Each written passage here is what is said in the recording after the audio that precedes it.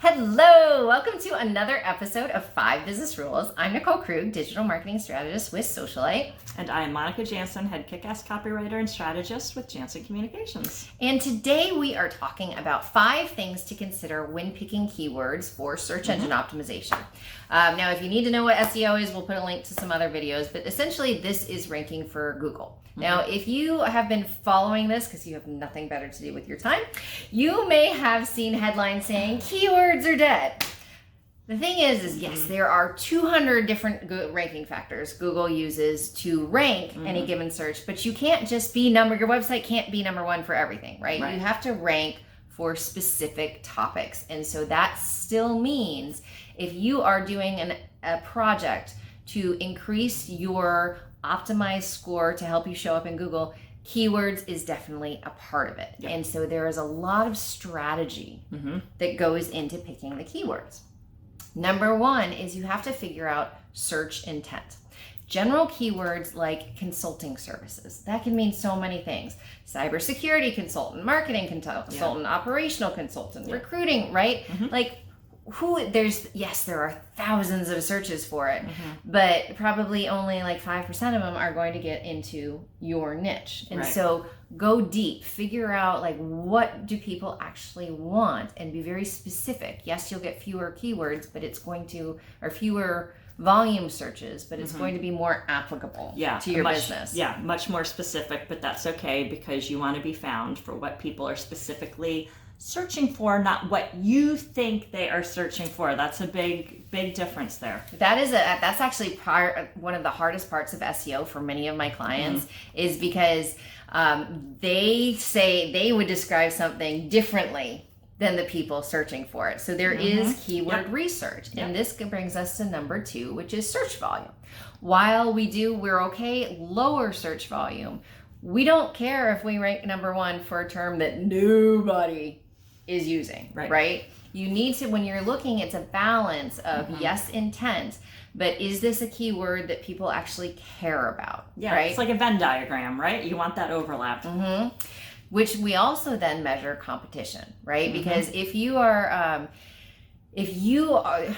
is a really, really popular keyword, right, there's going to be a lot of industry giants for it, and this is where small businesses can suffer because, let's take the consulting services, right? That's you don't want to go up against IBM, Deloitte, whatever it is. Like you might be much better than they are, but as far as like Google thinks, they're a giant, they're going to send it first. So you have to consider like what you actually have a chance of ranking for. Right, exactly. Yeah, you don't want to go up against a behemoth that completely dominates the industry. Okay, number 4, does the keyword and subject actually appear in your website? Now here's an example. I worked with Jeans John's Porta Potties, and it is funny that they wanted to rank for porta potty terms. They didn't actually say porta potty on their site. Like it was the dimensions, it was the different types, but they would say things like single stall but they didn't say single stall porta potty. Wow. I mean, it's like, it was such a minor thing that we took them from like nothing to number 1 by just integrating the word porta potty into their product descriptions, right? Isn't that crazy? Yeah. So and that was another, there's another one sunglasses, right? They had Wayfarer, men's Wayfarers or whatever, but they never actually said sunglasses in their product description. Now, once somebody comes on your website, it's kind of obvious that they're looking at sunglasses, right? But you have to get them there, so that means you have to use the words. That's awesome. Now, on that and here's our final note, when you're picking the keywords, they have to actually appear in your site, and they're going to have to appear several times. So even though a keyword might look great, like best hairstylist nor me, there's low competition, high volume, but how the heck do you fit the phrase, not just once, but like 3 or 4 times of best hairstylist near me? That doesn't work in the context of your website. No.